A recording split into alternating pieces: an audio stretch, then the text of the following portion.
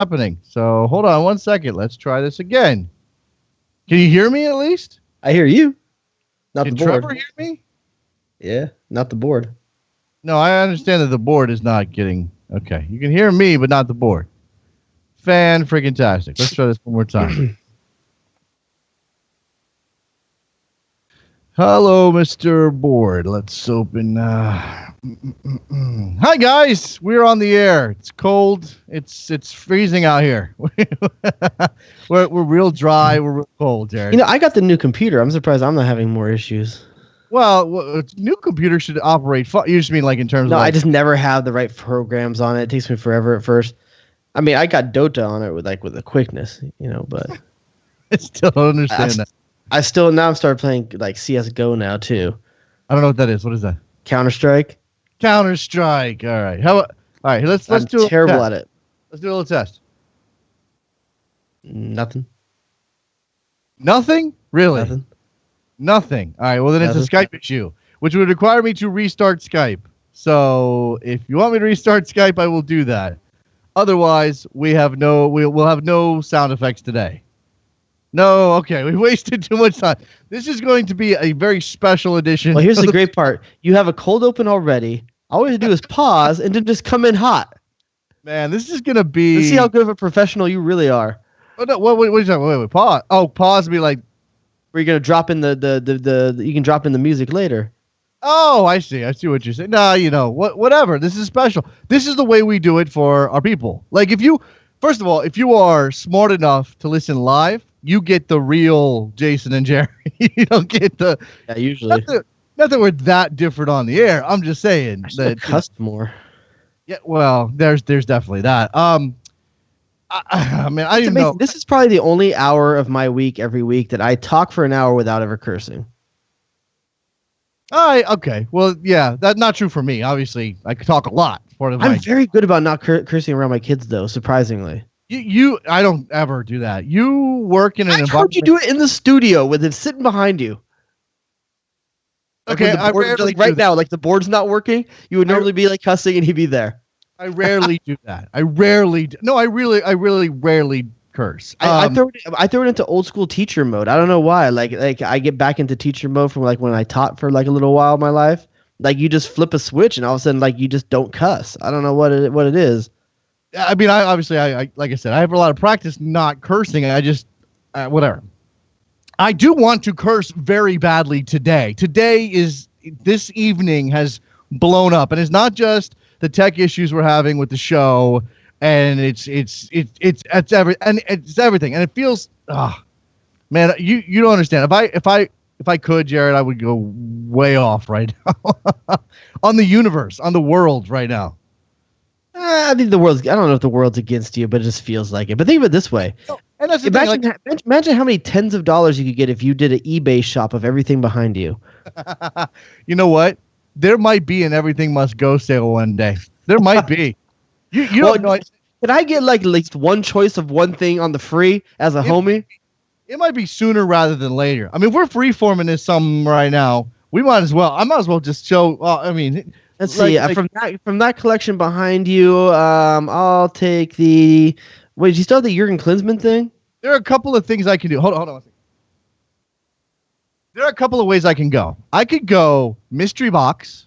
I could put some stuff in a box. Oh. And hold bidding on said box. Including like a lock of your hair. DNA samples. Yeah, sure.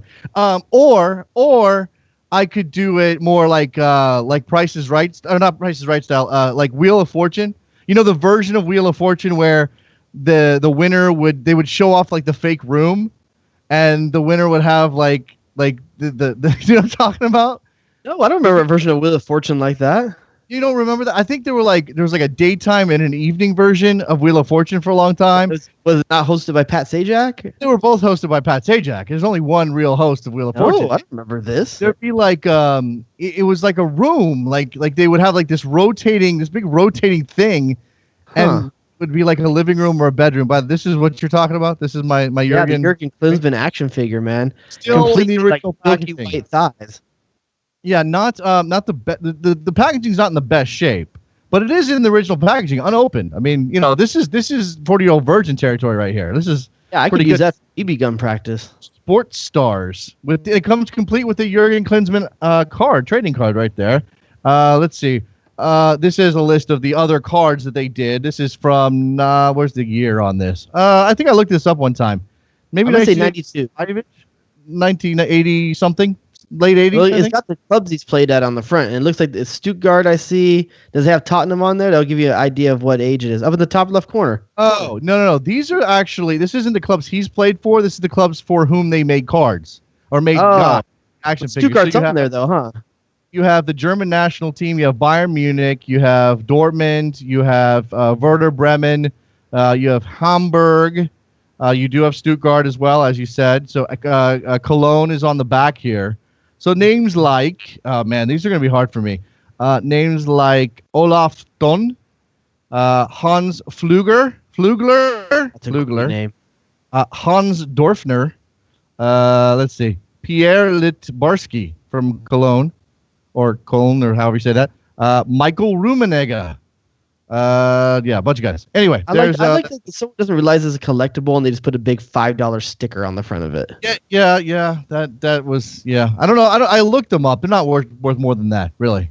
Oddly enough, you would think that. Well, did you know that? I don't know if you heard, but it's been everywhere that the Orlando City game outdrew a number of Bundesliga games this weekend. I saw on Twitter so many references to Orlando City having the 5th highest attendance in the world this weekend for soccer matches. And that's look, it's a great thing. Congratulations to the people of Orlando. I'm sure the club should hype that up all over the place. And in fact, they're not doing their jobs that they're not. But isn't it kind of cheap heat to be like, MLS had a game with it, because they're not drawing 60. I don't think that's cheap heat. It's factually accurate. Sure, but they're not getting 60 every time out. I mean, they're not saying that they're averaging it. They're saying of all the games attended this weekend, it was 60. I mean, it's a true fact. I don't think anyone's trying to play it into that they had the 5th highest attendance for the season or anything like that in the world. I know. It's just I think back to the days of, the Rapids putting 65,000 people in Mile High Stadium because they had fireworks after the game. Does that count? Are we really counting that? Like the Colorado Rapids are the 5th highest attendance this weekend. Oh yeah, but they had fireworks. That's why everybody came out. I think it's a nice step on the evolution of this league that you didn't have to have fireworks and you got 60,000 people. No, it's true. It's very true. What's the gimmick? Just because it's week 1, is that the gimmick and why maybe it wouldn't count? They did open up the Citrus Bowl to larger capacity because of opening weekend. They're not, like I said, they're not going to have a shot across the bow of Seattle. Open up your stadium, see what you do. Well, for one thing, they're moving into a smaller joint next year, so they're trying to maintain a certain level. Isn't that actually kind of like, it was like, woo? I mean, that's maybe they'll probably just raise ticket prices, because if the demand's enough that you could fill it plus, then they probably just raise ticket prices. They did. The team did decide at one point to change their plans and raise the capacity of the new place. So, the people of Orlando, the soccer fans of Orlando, around 30. No, I think it went from 20 to 25. I think they're up to 25 now, which is. I'm not sure what they averaged last season. They had to have averaged more than 25 last season. They had really good attendance last year. Oh yeah, no, I think they averaged in the 30 range last year. I think so. I mean, and look, the fans this week got a show with opening day, because although their team was down 2-0 headed into injury time, they actually managed to come back and score 2 goals in like the 94th minute. Jared, seconds apart to get a draw out of that game. Yeah, I mean, RSL really let one go right there. I mean, this is a team that really needed to start the season off right. They've had some really, really tough season last year. It would have been nice to start hard on the road with a 2-0 victory on the road against a team that has a very nice home crowd, like we talked about, and then they just gave it away down the line. And that's really kind of scary if you're RSL that you're going to start the season off that way. But credit to Kyle Larin. Definitely it's looking like he's starting 2016 the way he ended 2015. And this is a game without Kaká as well. I'm not sure if a lot of people realize that, but it's a good performance for Orlando. It's a good to see them fight for a victory at home, or excuse me, a draw at home. But outside of that, not too much to say about that game. And RSL would like to see them to close the deal, but they didn't.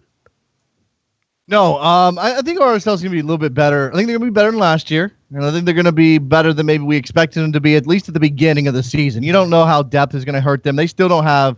I mean, that was part of the problem yesterday, was the lack of a center back, like a center back who could handle that stuff. Hamas Nalave on his second tour in Utah, aging rapidly, I think. And Aaron Mon I don't think he's up to that standard. And they haven't been able to. They can't get Chris Schuler to sign a contract, and they can't find anybody else. And Chris Schuler always gets hurt anyway. By the way, attendance for last year for Orlando City, 32,800. Okay. By the way, I would love to open the phone lines. I'm very concerned that sound's not going to go out to the world if I do that, though. We can test it live on the air. We'll take a call, and then if I don't hear them, then we know it's not working. But 347-756-6276 is the phone number if you want to jump on Soccer Morning. Test our phones for Soccer Morning, best soccer show. This is what happens to me. I don't throw shit. Sorry. I'm the guy that doesn't cuss. I know. I can't believe I just did that. All right. Oh, man, I'm telling you. The news I got 15 minutes before we came on the air has just thrown me sideways, okay? So I feel you, dude. It rained here today, so I feel you. Was that too rough? Should I not kick a homie when he's down? I want to slap you so bad right now. I'm trying to find what else I can throw at the camera. All right, we'll take your phone calls if you want to jump on if the phone lines are working down the line. If not, we continue on with MLS opening weekend. Jared, 10 games in one day. Too much soccer for one day? It's hard for me to judge because I had a commitment midday that I couldn't get out of, so I actually only got to see probably maybe 4 or 5 of the games. I didn't get to do the full stretch. What? That's pretty good, right? Still? No. Look, here's the thing. Full disclosure, better than I did. I watched 2.5, 3 games because it was I had a commitment too. It was a birthday. I had to be. And there. I'll be honest, some of them were like simultaneous. I'm going back and forth, so I'm probably counting things I shouldn't count. But I did do this, and I want to get this off my chest. I talked a little bit about Twitter. I bought the direct kick package. Okay, I didn't do it last season because I'm still bitter about how I was promised a all games free online about 2 years ago, and it never happened. So I was like, hell with this. I'm not giving my money last year. This year, I ponied up. I did a direct kick package, so through my cable provider, because I want to watch on a 62-inch screen, not a 5-inch screen on my phone. Okay. Right. I understand. Now, there are ways to get the stream on your TV.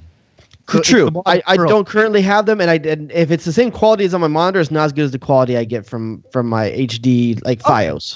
That may be true, and there's the lag factor, which I still having been. And by the way, I haven't pulled the trigger on MLS Live yet this year. Just been busy with other stuff. Haven't remembered to sign up, and so I don't have. But the thing about MLS Live is, while it's a great streaming service, you absolutely deal with the fact that those games are a minute and a half behind real time. Oh, and here's my gripe. Here's my old man gripe. And this might be the Bernie Sanders the year going around us. Maybe I feel like I'm entitled to things just in life. I've kind of felt like if I buy a direct kick package, I should get MLS Live on the free. If I'm going to buy a package, why do I need to buy two $80 packages just to do the same service on 2 different devices? I see what you're saying. I invested. I put my money into the league. Why can't I have both platforms? Why do I have to pay $160 just so I can go in the other room in my house and watch another device or change devices? I mean, it feels odd that I have to do that. Like you said, I could just put MLS Live on my TV and it'd be on my TV.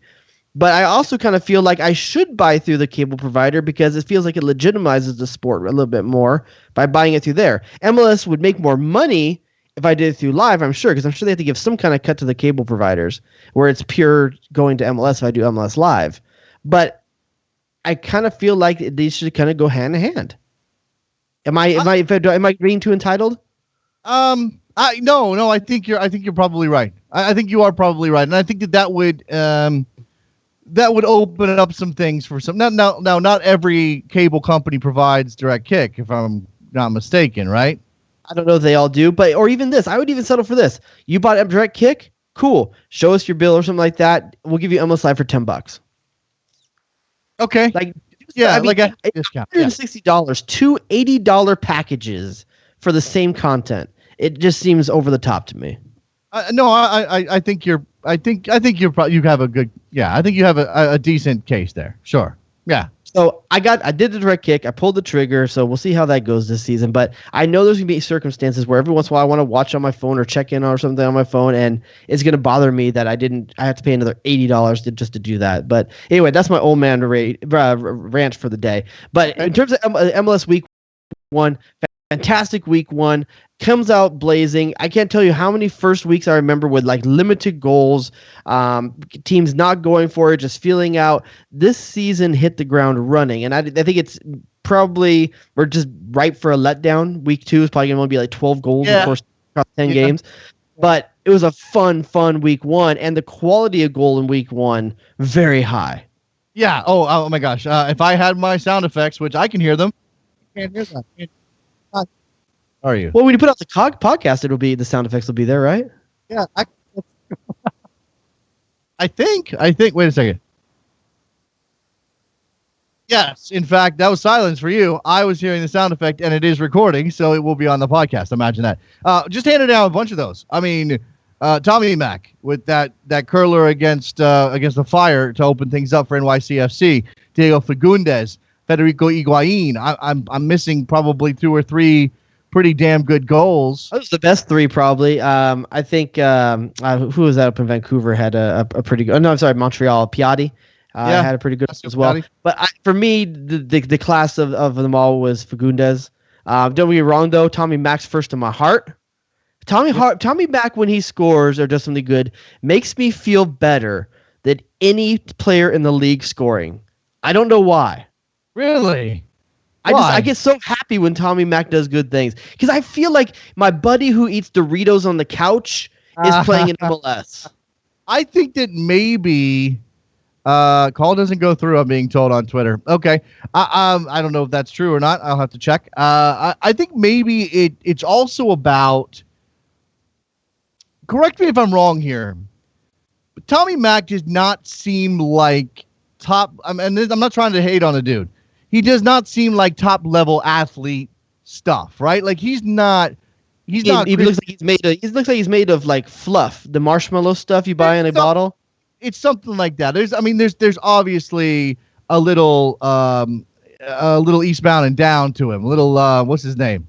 You know what I'm talking about, right? I know. I'm blanking on the guy's name right now, but yeah, that guy. No, I'm talking about. There's that. So it's like, and this is the other thing is, we know what Tommy Mac can do.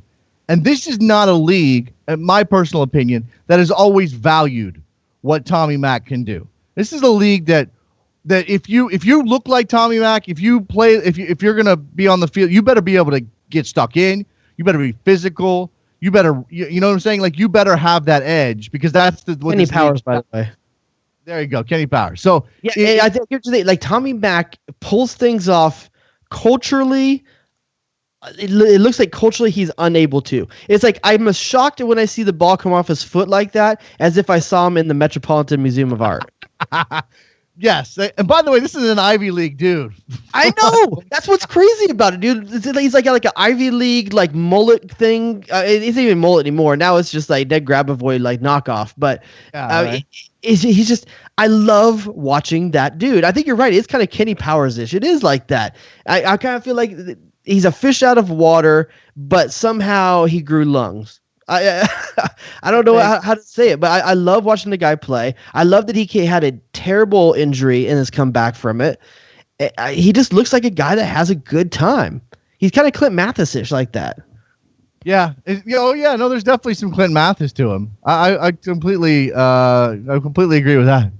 In every man. About Patrick Vieira though, 4-3 win. Do you give him credit for 4 goals and playing attractive soccer, or do you say, "Oh, you give up 3 goals to the Fire"? Though, I think, you gave up 3 goals to the Fire. You got some defensive issues. If they don't fix, and here's the thing, they fix that problem, they end up opening up some other problem, right? Or they just stop scoring goals like that. And that, if they want to play 4-3 all year, I would love it. It's probably not going to be best for their playoff hopes. Mm-hmm. Yeah, I mean, Mix Discrew gets on the board with a very nice volley as well from a Tommy McNamara assist. You'd like to see... There's a lot of good things for Manchester City in this game for sure. Mixed Discrude gets off to a good start. That's one of the top priorities for both the U.S. national team and for New York City FC this year is have that guy to have a better year than he had in 2015. But what I do have some issues with, I'm wondering about the center, the back line of Ethan White, Brilliant, Jason Hernandez, and Matarrita. I mean, I'm worried. 3 goals given up against the Fire. In this game, you do have Pirlo playing, you have Discaru playing, McNamara, Villa. The only guy missing here is Lampard. So maybe they do play better. Maybe there's a better spine. Maybe they they have a better defensive shape with Lampard in there. Last year doesn't suggest that, but I'm willing to give this team an entirely new look in 2016. Okay. I mean, like I said, I think they're going to be an interesting watch, regardless of whether or not they're playing this super open, crazy attacking game, which not every team's going to give up 3 goals like the Fire, or 4 goals like the Fire. So that's the issue that they have, right? I mean, you go diving into the good teams in the Eastern Conference, play any of those Western Conference teams, you're going to have a real problem. I mean, even TFC is going to be better than what the Fire were on Sunday. So we'll see what NYCFC does to adjust. By the way, our boy Mikey Lopez gets 21 minutes in that game. For Chicago? Is that where he is now? No, New York. Oh, Mikey Lopez is in New York now? Did I not know? Yeah, he moved in the offseason, yeah. Well, I know he got released. He got cut by Sporting, right? Like his contract was up and they let him go. I believe he was cut by them. I don't think it was a trade. Oh, no, I don't think so either. All right, we'll go. Let's bounce around the league here. Just take a look. We don't have to dive into every game, although none of these games require us to avoid them because there's at least a goal in every single one of them. Yes, fact, the best soccer show rule does not apply to this weekend. I think there were only 2 1-0 games, so every game had more than. Yes, who's in one of them? San Jose and Colorado. 36 goals, 10 games, 3.6 goals a game. Obviously, a really good return. As you said, we're probably setting up for a letdown, but I do think that there's a preponderance of attacking talent in this league that we have never seen before. And I think it's also about guys who have settled in and are comfortable and know the league better. I mean, Jared, think about the 10s that we have roaming MLS these days. Lee Wynn, Benny Feilhaber. You want to put Mixed Discrude on that, fine, or Pirlo. I mean, not a 10. You want to put Giovinco in there? Well, I mean, certainly attacking. Not really, huh? Mauro Diaz. Mauro Diaz, Pedro Morales, Javier Morales. Throw Felipe in there, maybe? No, I'm not throwing Felipe in there, but there's other attacking midfielder. Okay, but that team creates goals in other ways. They don't have a 10 necessarily, but they create goals in other ways. Even if you want to go beyond that position and just talk about the attacking talent we have players like Burrito Martinez. Do you see what Burrito Martinez? I know we've already moved on from that game, but did you see what he did to some people in that game in Orlando? He broke some people. Like they may not be. Honestly, that's one of the games I did not get to catch this weekend. Just the highlights. I did not see him break any legs, but any guy that's named Burrito that breaks a leg, I'm down for. Okay, there you go. And teams that were previously sort of stuck in the mud, defensively minded, counterattacking teams have opened things up a bit more. That game down in Houston is definitely one of interest. 3-3 between the Revolution and the Dynamo. That one's interesting to me. I mean, I'm not sure what to make of it. First of all, I try not to watch Houston games if I don't have to, because just classically, I haven't been entertained by them. That's not who they are now. I'm telling you. I know the days of Brad Davis on the wing, and it's still got Will Bruin, who I'm not really a fan of watching most of the time. 2 assists in this game, though. Give credit where credit's due. Giles Barnes, I like watching. Giles Barnes makes me want to kind of tune in a little bit. But outside of that, I'm not too stoked for him. Who am I supposed to get excited about? The Philly cast-offs of Wenger and Maidana? Maidana was legit last year for Philadelphia. Was top 10, top 5 in the league in assists. They've got Giles Barnes is a good player. He's fun to watch. You got Boniek Garcia still. I mean, he's got something left on the bench. I don't know if because it was an injury or if that's where he's going to be. Eric Torres, Cubo Torres, just sitting on the bench. That guy is fallen off a cliff. He's scoring goals for Chivas in Mexico. Catches the charge. Hold on. First of all, I'm gonna take issue with a couple of things. Not scoring goals with Guadalajara. Not doing much. He did some. Yeah, but he was playing like in Mexican Cup games. That's not really the high level. A lot of time down there. Yeah, but he didn't really do much. And then he comes back, signs with Houston. They spend the money on him, DP salary, and as you said, he had issues. He may or may not have done things. I don't want to, I don't we don't know. We don't know what happened. Regardless, it's done, right? He didn't stab a princess, or have princess stab him. a beauty queen? No, a beauty queen did not stab him. But as you said, he obviously had something happen in Mexico that has affected him because if a ton of talent with Boniek Garcia and Cubo Torres on there. If Cubo Torres was half of what he was at Chivas USA, he would be getting time with the Dynamo. I'd watch. If Cubo Torres was that player, I'd watch Houston. As it stands, if I was watching this game, I'd be watching for New England because I was more interested to see what's this team look like with Jermaine Jones. And I think they did lose a little bit of bite, give up 3 goals. I'm not saying that would have been entirely different. Jermaine Jones is there, but I think they're better defensively with him. Gershon Kofi, I think, had a decent game. Diego Fagundes is going to have to really have a kind of a season like he had on this weekend. This is his year to shine. He needs to start making that transition of the guy of potential and being the guy that week in, week out is that guy that can carry the team. It can't be all Lee Win.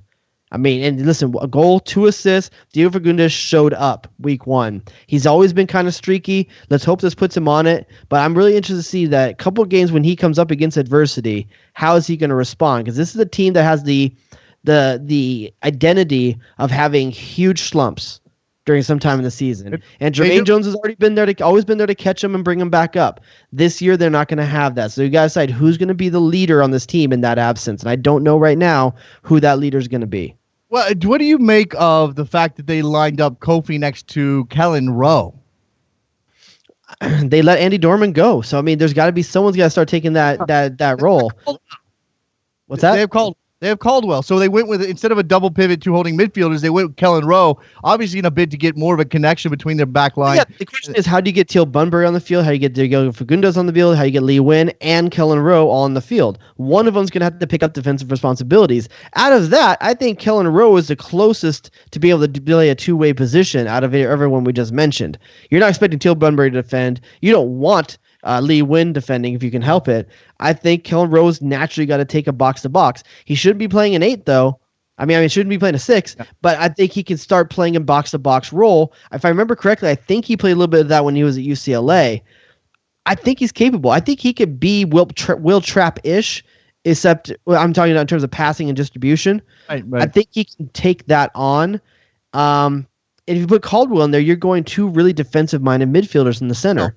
I know, but that's been, again, and we know what kind of attacking ability the Revolution have. It's just that traditionally within this league, and Jay Heaps, he played in a league that was, let's put in 2 holding mids, let's play defensive-minded soccer, let's create a platform, and then, how it would direct and use speed and use our wings to create crosses. That was the way that you played because that was the way that MLS operated. Now, maybe we're seeing a little less direct, and you put a player like Kellen Rowe. That's a ballsy move from Jay Heaps. I mean, whether or not he's played an 8 before in college, it's a ballsy move to move a kid who was really, a wing player / inside out sort of winger in this league into not a defensive minded position, but into a holding position. But I think he can play a linking position. I think he can be that link in the midfield. I think his ball skills are good. His first touch is really good. In traffic, he's good.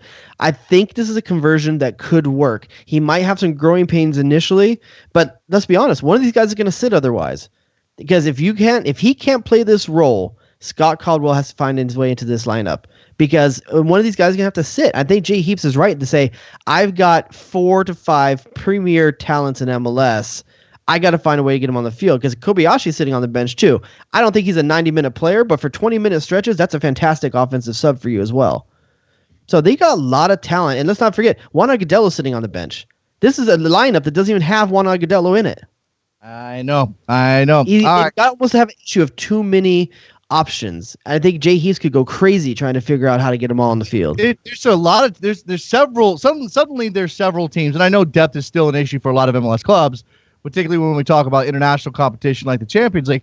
But there's suddenly teams with a lot of selection issues that you can't get everybody on the field that you want to get. New England has it, NYCFC has it, even though that's more about formation and most effective style of play than anything else. LA actually has it too. LA has it too, whether it's the legit Boateng situation, several other. I think there's Mike other. McGee, he's Mike not a McGee. starter. Yeah, let's talk a little bit about your boys. So the first half was dog doo doo, throw up on top of dog doo doo, bad for them. Yeah, not fun. Not fun. They give up a goal to Lamar Nagel in the first 5 minutes, and that showed the sort of the limitations of maybe what they've got back in the center back position right now. Because I don't think that those guys responded. Well, I know Van Dam didn't play. No, that's unfair. That's unfair because Steven Gerrard makes a stupid play without checking over his shoulder, gives up the ball, and then AJ De La Garza actually makes a defensive stop. The rebound off of it just happens to go to Lamar Nagel. Okay, so I'm not going to blame the center back. You can absolutely blame Steven Gerrard for not having the presence to know there's a guy on his shoulder and makes a terrible play. Then I think Steres had a good game, despite without the goal. I think he had a strong game in the air. I think the entire team got better on as it went. This is not the center back combo that Bruce Arena wanted to start in game one. It was going to be AJ De La Garza and Van Damme. Dang, I'm going to say Van Dam. Yeah, you are going to say Van Dam. Say Van Dam. You're the one that changed it. It's Van. Yeah, I know. I got to stick to my guns on this. But that's the center back tandem that he wanted. Maybe even Leonardo and Van Dam. But I think for what they had, they played a pretty good game in the back. But you're right. First half was gross. And that was the 5th straight half in a row without scoreless soccer the Galaxy have played so far this season. 5, with 3 of them being at home. That is shocking if you're an LA Galaxy fan.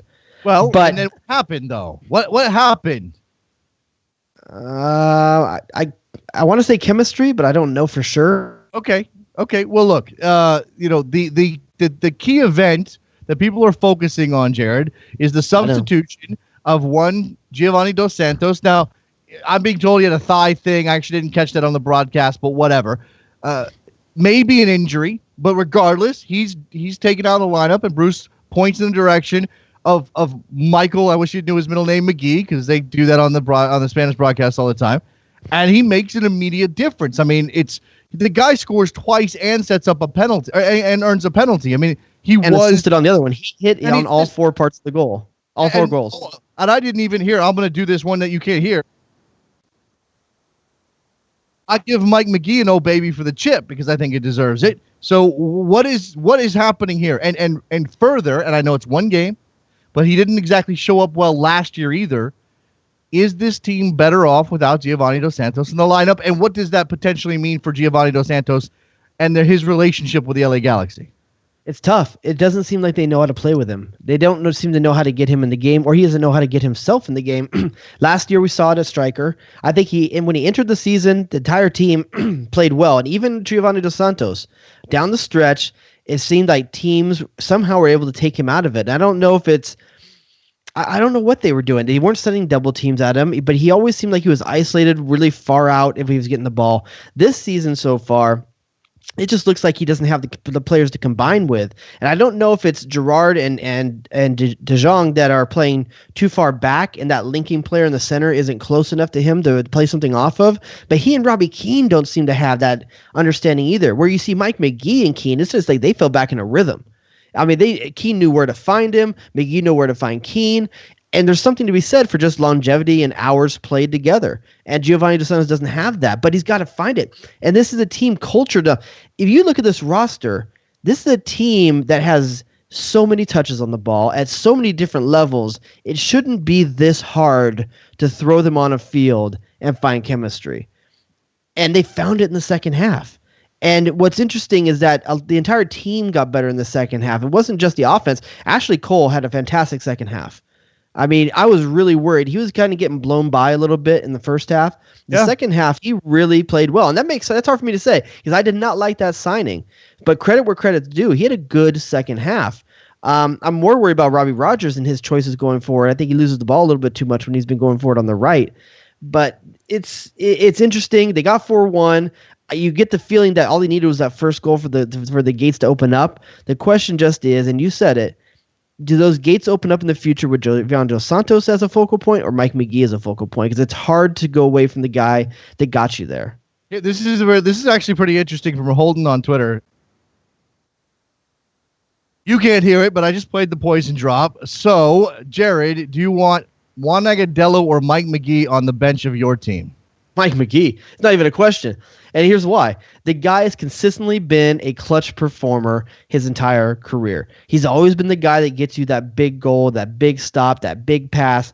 He knows how to play in big situations. Juan Agudelo is probably a more creative player, but Mike McGee gets the job done. Playoffs, I mean, outside of Landon Donovan, he's probably one of the top playoff performers that I can remember, impact players. And whether he's coming off the bench or even if he's starting, I actually kind of don't want him to start just because of all the issues he's had with injuries over the last 2 years. Savor this, put it in your back pocket, realize it's a 33-game season, and you want Mike McGee for 30 minutes a game, 20 minutes a game for 33 games, and not 90 minutes for 4. I mean, it's not like he's ancient, but at 31, and as you said, with some of his injury history, that stuff is just going to be, it's going to continue to be an issue. He's not going to be a week in and week out kind of player. And you don't want him to be. That's not why you signed him. You didn't bring him back as a free agent after sort of the thing unraveling in Chicago because you were going to plug him into the starting lineup. If the LA Galaxy are turning to Mike McGee to be a starter, that means that something else has failed. Well, okay, maybe something else has failed. Maybe Gio has failed. But you didn't sign Mike McGee on the premise he was going to lead your team in goals. But if you can get something out of him, great. I mean, yeah, he is right now. Yeah, well, obviously, this very early in the season. All right, so that's LA with their 4-1 win over DC United. Jared, what else sticks out to you? I mean, we've touched the on Toronto-New York one. That's the one that I was really keen to watch. I actually got to see a good portion of that one. And I think this is a statement game for Toronto. They go into Red Bull's house, get the 2-0 result without Josie Altidore, with a lot of new components to the team. And I thought the new components actually looked pretty good for Toronto. And I think this is it's a 6-point swing, first game of the season, because you expect these two teams to be there down the stretch on the last days of the season when the Supporter Shield's on the line, Eastern Conference first place is on the line. And I said it, I took Toronto to win the entire East. I think they win the East this year, and I think they have the right components to finally compete at a consistent rate. The only problem is, what do they do through the summer when a lot of their star players are going to be gone? It's not. There's okay. You say that. If you actually look at the schedule, it's not as large as an impact as you might think. Now, obviously, Giovinco, if he's gone for the entirety of the Euros, like let's say Italy goes deep, then that's a problem. They're going to need Josie Altidore healthy during the time that Giovinco is with Italy during the knockout stages of the Euros, because, and I'm not wishing for this, but you would assume that the United States is probably done with Copa America by that point, right? I think the overlap is I would hope, I'd not hope so, but I would guess so. I don't know if they're even going to get out of the group, to be honest with you. Oh, that's not cool. I'm going to drop this. It may not be cool. But... Rodius. All right, so. Hey, can we talk about the Will Johnson-Michael Bradley combo a little bit? I'm not sure if you got to see much of this game. I was really surprised to see Michael Bradley take the back defensive seat to Will Johnson. I really thought that was going to go the other way when in the preseason. Well, I think that and I saw some stats here. I'm not sure whether they were from Paul Carr or who they were from on Twitter, but I saw some stats that talked about how deep he was and how deep he was playing and picking up the ball. So 70% of his touches came in the defensive half. Versus, or maybe first touches versus the attacking half, and that was sort of flip flop from last year. And yes, again, one game, small sample size, but he actually created more chances. Yeah. In this game, sort of than his average of last year. So over time we'll see if this develops. But haven't we always said? I sort of view Michael Bradley as a spot up shooter, right? He has a range. He's good from 15 to 20 feet. But if you, and I'm talking basketball here, obviously an analogy, but he's good from a certain range. You take him inside that range, and now his arms get short, and he can't put the ball, he can't get the right weight on the ball, and he's not making in with the bigs amongst the trees, something like that. I mean, I don't think that combination play is Michael Bradley's strength. He's capable of it. It's not his strength. I think Michael Bradley's strength is pulling strings 40 yards from goal. That's what I think is. And there's just a few segments you can watch the highlights where he launched very good counterattacks.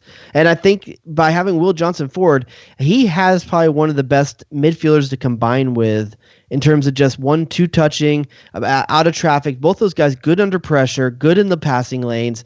I think he's going to get a lot more passes per game because he and Will Johnson are going to be playing a lot of little tiki-taka kind of stuff in the midfield. Very similar to kind of how Kyle Beckerman would rack up touches when he would play with Morales, where Beckerman's touches weren't always offensive, but he got a ton of them because they would just wait out and wait for the right play. I think Toronto now has that luxury to wait. Wait and find Giovinco in the right spot. Wait and find Osorio making that run on the outside. I think you're going to see a much more patient and mature Toronto team this season. Okay. You hope so for their chances. I mean, if we're going to see Toronto make any noise in 2016, Jared, they're going to have to. They're going to have to play, as you said, mature. So they're going to have to play. Look, they have attacking. They have good attacking players. I was happy to see Marco Delgado get that goal. Obviously, Giovinco's going to be unstoppable at various times. Michael Bradley, if he finds his groove, can be the best 11 quality. But they're going to have to play games where they're not very good, where Giovinco's off and not helping them attacking-wise, or some team decides to come in and kick Giovinco around the field. And they're going to have to win 1-0, 2-1, playing ugly soccer. And this is a team that let go of Herculez Gomez. So you don't have that go-to guy off your bench now. Maybe it's Marco Delgado. He maybe becomes that. You have Mo Babouli. I don't know anything about him, but Herculez Gomez, granted, he probably cost too much. And that's probably where the issue was here. It's not that you couldn't find value, but they're thin in terms of guys off the bench. Now, granted, they don't have to run a 4-3-3 every game, and they could have some strikers on the bench they could bring in. Lovitz, Endo. They have guys that started this game that probably won't be starters in the future when Josie Altidore gets back. But still, in terms of those guys off the bench or Herculez Gomez off the bench, Herc at least brings some swagger, and you have to pay attention to him a little bit when he comes on. They lose a little bit there, but I think it's smart. If I'm Toronto's GM, I'd rather have Drew Moore, Justin Morrow, Steve Bettesauer, and Will Johnson if it means letting go of Herculez Gomez. Okay. All right. So there you go. Toronto FC with a big win on the road. I mean, did this say anything to you about the Red Bulls? Do you think, again, one game, but jump to a conclusion, should be worried about the Red Bulls right now? No, I think they need some more time. What I will say is that they almost started the exact same starting lineup they did last season. Very few changes here outside of the goalkeeper and one center back, I believe. Their offensive core, not a change. And still 0 goals at home against Toronto. I think that I'm not sure how much credit to give to Toronto's revamped defense. Yeah. And spine versus New York just having a bad night. Too early. Okay. Well, I'm just to kind of just to say that New York missed some chances, right? Then they created some. They had plenty of shots. It wasn't about that necessarily. They had more of the ball. Only one on target. No, I realize that, but I'm just saying, like, you can have those off days and 9 shots go off target. But and by the way, 63% of the possession. I see 72% here, but that's passing accuracy. You're right. Okay, so the possession was 50 what 50 63-37. 63-37. They killed him in possession. Yeah, it's pretty ridiculous margin. So obviously Toronto, that's not necessarily a team that's going to win by playing with the ball at their feet. All right, so let's see, but bouncing around the league a little bit more. Let's talk about the other Eastern Conference threat, and that's Columbus Crew. And I think that was your pick to win the East, correct? Yes. Yeah. I think they looked really good. Even despite the loss to Portland, I think they looked good. I thought Justin Meram looked way off the pace when he got in that game, though.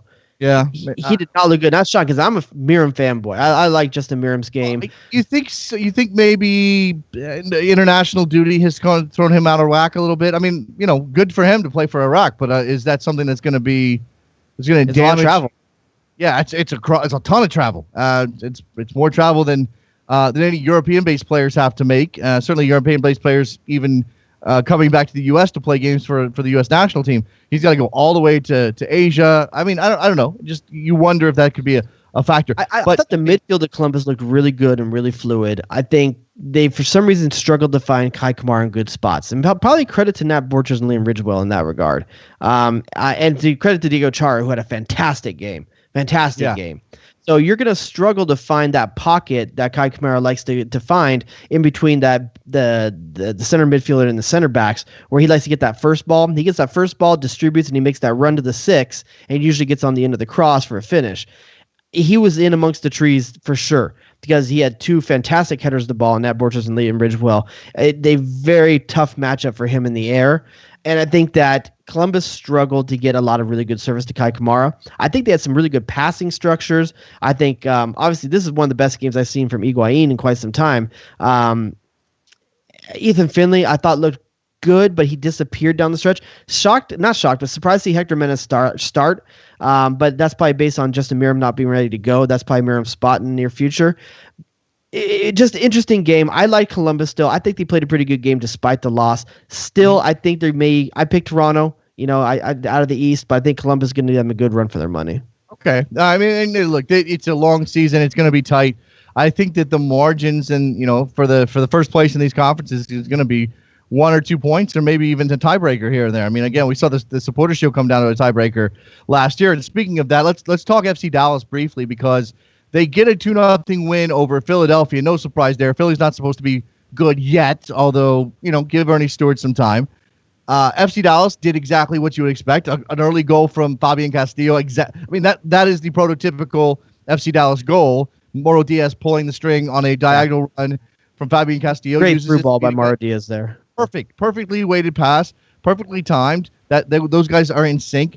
They are going to be a force in the West. And I had a chance to talk to Oscar Pereira today, Jared, for SiriusXM.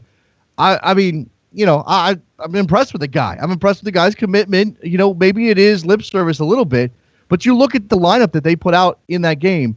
There were the only players over 25 years of age were their fullbacks. Both of their fullbacks are over 30. That's it. Isn't that crazy? Everybody else is absolutely nuts. And they don't look at all off the pace. They don't look at all overwhelmed by the scenario. But there's a big test coming up. Abductor strain from Fabian Castillo. They're saying that he's going to be okay. Carted off is never a good look. Stretchered off is never a good look. So impressed that they finished the game, though. He goes out of the game in it shows that he played 90 minutes. He didn't play 90 minutes. No, it was late. It was actually, I think, in added time that he actually went off. Yeah. Was it that late? Yeah. For some reason, I was thinking it was earlier than that. So either way, they get the result. One really good positive thing for FC Dallas, they get rid of Blas Perez in the offseason, bring in Maximiliano Urruti, and he gets a goal in the first game out. You love to see that for Dallas. Get your new striker off early. I like Urruti. I think he's going to be good for the system. He likes to run. He likes to be active. He makes intelligent runs. I think for some reason he didn't always gel too well with Portland, but I still think there's enough quality there that he's not a back to goal guy. This is not false nine. He's not going to drop deep, but he's definitely playing. He's not playing a target forward position for this team. They don't need a target. A huge difference from what Blas Perez brought to the team. Yes, absolutely. I think he's going to be a great fit too. I don't think using Blas Perez is that big of a deal in terms of size, because you still have Tesho Akindele off the bench. While he doesn't necessarily play a big man's game, he is a big body that you can throw in there and win some head balls down the stretch. But they really do go small. Dallas goes extremely small. If you need a target forward at a pinch, you can play Atiba Harris up there. He's been there before. Oh, yeah, I mean, for Dallas. Yeah, he's been there for Dallas. Now he's playing right back these days. I mean, look, Atiba Harris is the replacement level player in MLS. You know what I mean? Like he's just a guy, and he's been around for he's the John Sally of MLS. Yeah. He's a decent player who will always have a job, but does not stand out. And yet here's a guy who's continually remade himself to whatever he needs to be to keep his job. 31 years of age. He's been his, 9th year in MLS. He's played for Real Salt Lake, Chivas, FC Dallas in one stint, Vancouver, Colorado, San Jose, and now he's back with FC Dallas again. Give the man some credit. Good on him, dude. Good on him. I would be interested to see if FC Dallas is the shortest team in the league. They gotta be. Ah, that's interesting. I hadn't considered that. Rudy I 6 think they're foot. probably the youngest and the smallest. Yeah, I mean Barrios is 5'4". Acosta's 5'10". Actually, a pretty good size for his What's position. Marquez? Mordias is 5'7" listed. Minor Figueroa is 5'11" on the left hand side. He started at left back. They may have some other players. Castillo's only 5'8". Yeah, their center backs are 6'3" and 6'4" respectively. That's what you would expect. Jesse Gonzalez is 6'4". So that trio, that's about where that's where the modern game is. So if you don't have 6'4" center backs, Ulloa's usually going to be in there. Victor Ulloa is running. He's running a hot 5'11". I did not. Okay, they're bigger than I thought. I didn't think that Ulloa was even that close to that big. Tasho Akindele 6'1". I mean, you just mentioned him. Moro Rosales is 5'8". No, he doesn't count. Zach Lloyd, who did not start. Zach Lloyd's 5'10". Moro Rosales' hair should drag on the ground. That's how short he is, and his hair's so long. What is Zach Lloyd's role in this team if Walker Zimmerman locks down that center back position? To clap. You think that? Do you think that he may turn to Lloyd at one of the fullback positions, or does he lack the mobility that he wants out of that? I don't know. spot? I think Zach Lloyd's always been an interesting case. Granted, he's probably the most tenured. He's got to be the most tenured guy on that roster for like in terms of longevity with FC Dallas at this point. He's been there quite some time. He's a fan favorite, but I don't know. At some point, you got to think Walker Zimmerman had a good end of the season. He made a big name for himself in the playoffs last season. By the way, go ahead. Sorry, finish that thought. And he's got to be cheaper. Zach Lloyd can't be cheap being as many years in the league as he is right now. I'm not saying he's super expensive, but Walker Zimmerman's got to cost him less. Walker Zimmerman just signed a new contract, by the way. Did he? Yes. They were in danger of losing him this offseason. They re-signed him to keep him in house because they were I mean, look, they would have plugged in Zach Lloyd. They may have been okay for a while, but they wanted Walker Zimmerman. He's young and talented, 22 years of age. But have we not ever really given attention to Zach Lloyd's choice of haircuts? I don't think we ever really have we? It's the same as a lot of other guys in the league, to be honest with you. It's not too far removed from a McNamara. It's a little floppy for me. That's all I'm saying. Like it's a little too like if you have to brush your hair out of your eyes, I'm not really feeling that. He's getting killed in the hair game by his own teammate Hollingshead. Hollingshead's got a fantastic mane of hair. By the way, did I tell you last playoffs last season? I'm tweeting a storm about how much I love Hollingshead's hair, right? His wife ends up like retweeting me somehow that like my hair adoration. Oh, I didn't tell you. I don't even remember who it was. Oh, I know it was. I was recently followed by the wife of Sporting Kansas City's starting goalkeeper. That Miala guy, what's his name? Yeah, Tim Melia. I out of the blue, I was like, oh, okay, well, talk crap about that guy now. Can't say anything mean about Tim Melia. By the way, big win for them in Seattle without Benny Feilhaber. Not playing their best soccer. Certainly, Seattle played crap soccer. O'Neal Fisher goes in 2-footed. Yeah, that's a legitimate red card. But you know what? And I'll say the referee was letting a lot of physical play go leading into that red card. Granted, 2-foot is going to be a red card either way. But I think he did set an unfortunate tone for what was going to be allowed in terms of physicality. And a young player, I think, got caught up in how emotional and how physical the game was and took matters into his own hands a little bit. He was having a good game going into that as well. Yeah, it just and again things didn't work out, and they may have lost Brad Evans too to an injury. So yeah, he came down really rough on that. I think it was the left shoulder. Yeah, and you always know when a guy's really hurt because his legs never stop moving. Yeah, right. That's the pain coming out. I've not that I'm comparing it all. I'm sure Evans, that may be I don't know what his injury is yet. I separated my shoulder twice in high school, and that's the kind of thing that lingers. And it's not like, now, first of all, if you're a soccer player, legs are what you care about most, okay? And you can get away with certain upper body injuries, right? But what happens is when you move anywhere, any movement at all makes that hurt like crazy. So I imagine they're going to have to be watching his pain levels. I separated my shoulder too, and to this day, I can't bench press because if I bench press, my left arm goes up and my right arm doesn't. Yeah, I don't have equal strength in both of my shoulders since then. There you go. All right. So look, we've touched on a lot of these games. I don't want to. I think we're out of time here to go on diving into all of these here. Is there anything stood out for you? There's other games, but I think we got the most of what we needed to talk about.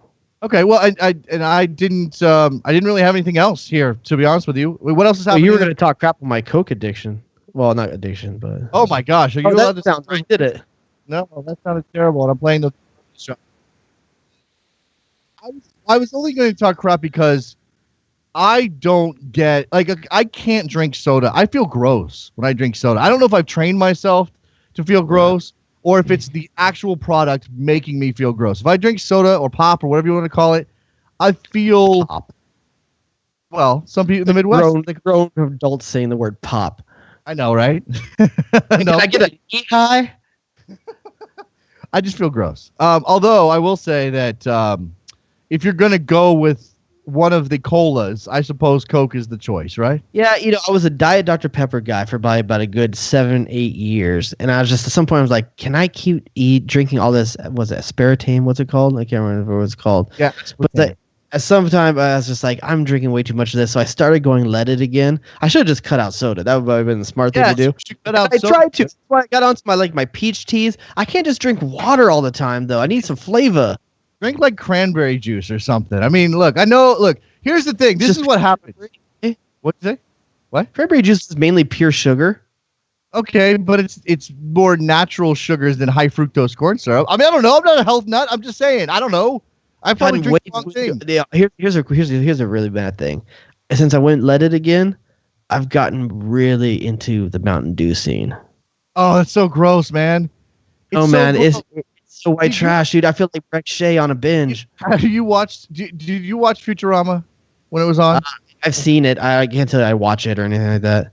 You're not that big on Futurama, but there is a story. There's a product on that show called Slurm that the main character is addicted to. That is basically a replacement for Mountain Dew. I mean, it's obvious. It's the same color, whatever. There's a whole doing the Dew pretty hard lately, man. There's the whole episode in which they find out they go to the Slurm factory, which is like Willy Wonka's factory, and there's these little Oompa Loompa. Anyway, they find out that the source of Slurm is the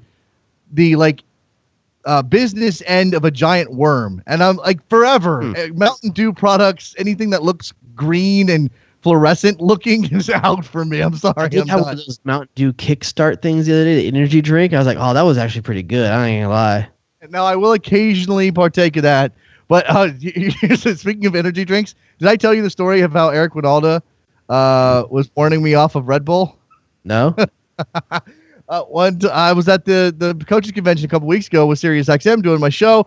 Eric Winalda's there. We had a nice little chat on my show. At some point during our interaction, Eric Winalda goes off about how a Red Bull actually contains bull bile and that I shouldn't drink it because it has bull bile. Now, if you he's for a guy that's already hard up for coaching opportunities, he just totally eliminated one team. I probably shouldn't tell this story for that very reason.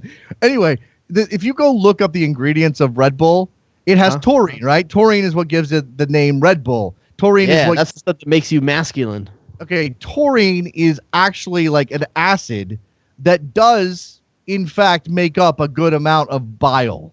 So it's part of bile, but it's not bile itself. So I don't know how to feel about that. How do I feel about that? I think you should just feel as good as the drink makes you feel. I mean, it makes you feel good. Do it. I'm not a big energy drink dude, but every once in a while I got to get one just to get through it. I know. I do drink coffee. Most of the time I'm a coffee guy. Never drink a cup of coffee in my life. I'll verge. Occasionally I verge. I was having this discussion. So when you drink coffee or when you drink one of those, do you get buzzy? Do you get like... No, and I rarely finish one. I'll get enough to get me through it. Like I'll buy an 8-ounce Red Bull and I'll drink a quarter to a third of it. Okay. But you don't get jittery? No, I don't let myself. I don't drink that much because I don't want that. Okay. I drink, a regular amount of coffee. I don't get jittery. I drink a good size energy drink. I don't get jittery. I think maybe I'm just used to the caffeine now. But I know people who will have a little bit and like they're like, oh my gosh, I can't, like my skin is like buzzing, and I'm like, wow, that's weird. You should see a doctor about that. I don't know what's happening. I'm like that with cigars. I can't, if I do smoke like more than half a cigar, I get like, that's nasty. You're so manly. Cigars, scotch, wine. I do a lot of that stuff, but it's really to balance out all the unmanly things about me. There's a tremendous amount of those. All right. I was gonna throw in some TV talk, but I think we're out of time. We should probably wrap this up. No music. No. Should I? Dude, what are you doing? Go see Deadpool. I had an opportunity. Okay. This I'm gonna put this out there in the world, and we're gonna see how this goes. I had the opportunity to see Deadpool this weekend. Now it was my girlfriend's. Her birthday's actually on Wednesday. Turns out she's gonna be out of town. She started her celebration on Sunday. On this weekend. All women do. Okay, so it came down that on Saturday, I thought we were gonna go out eat. Her and I were gonna go out dinner, maybe start the celebration. I saw Jason Davis do some Instagram food shots. That was on Sunday. That's a whole different thing. Oh, so okay. Saturday, I thought we were going to go out and have dinner, whatever. Well, she went out to get her nails done as part of her birthday celebration, and her friend went with her. Then her friend ends up hanging out with us for like hours because her boyfriend's like working out for hours. Leech. Basically ruined. I hate to say this. Okay, basically submarine the entire night for me. So So you didn't get any play? No, because Damn, my girlfriend started drinking and got to the point where she would rather just go to sleep. Man. Yeah, my wife. There's a point, and I know exactly when she hits it. It was like, oh, that just went off the table. Yeah. And I blame the friend. Okay, I blame her for not just being there. That's whatever. My wife has a freaky zone about 2 inches wide, where it's like I'm tipsy, freaky, and then quickly goes to pass out. That's exactly what happened to me. Okay, I was ready, and then like for some other reason, like things were being said to me that were let's go. Of course, there's company, right? Then company says, well, let's go out to dinner at 10:30 at night, 11 o'clock at night. And I'm like, so we end up. By the way, we end up at TGI Fridays for dinner on Saturday. Man, you would not. You get all up in the flare. You would not even. They don't do flare anymore. The thing you need to take away from this, Jason, is go see Deadpool. You're gonna love it. At one point, the friend said, "Let's go to this theater that has recliners and brings you popcorn, and you can get beer that is the way to go and watch Deadpool." And this is before things unraveled, and we looked at each other and we were like, "Nah, we got other stuff we want to do." We never did those other things. Huh? Like each other?